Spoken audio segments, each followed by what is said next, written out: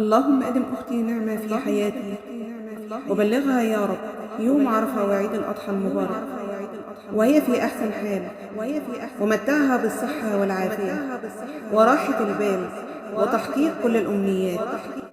اللهم أرح قلبها وفكرها، اللهم أسعدها وأبعد عنها كل سوء، اللهم اجعل حياتها مليئة بالسعادة والفرح.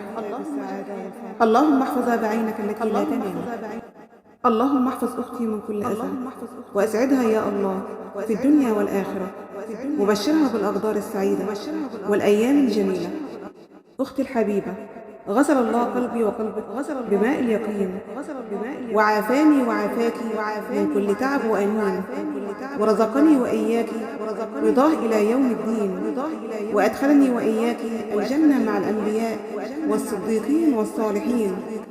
اللهم اكتب لها التوفيق والسعادة، واحفظها يا رب العالمين، وأسعد قلبها، وحقق لها كل الأمنيات، وارزقها من حيث لا تحتسب. أتمنى لك في يوم عرفة السعادة والفرح في كل تفاصيل حياتك.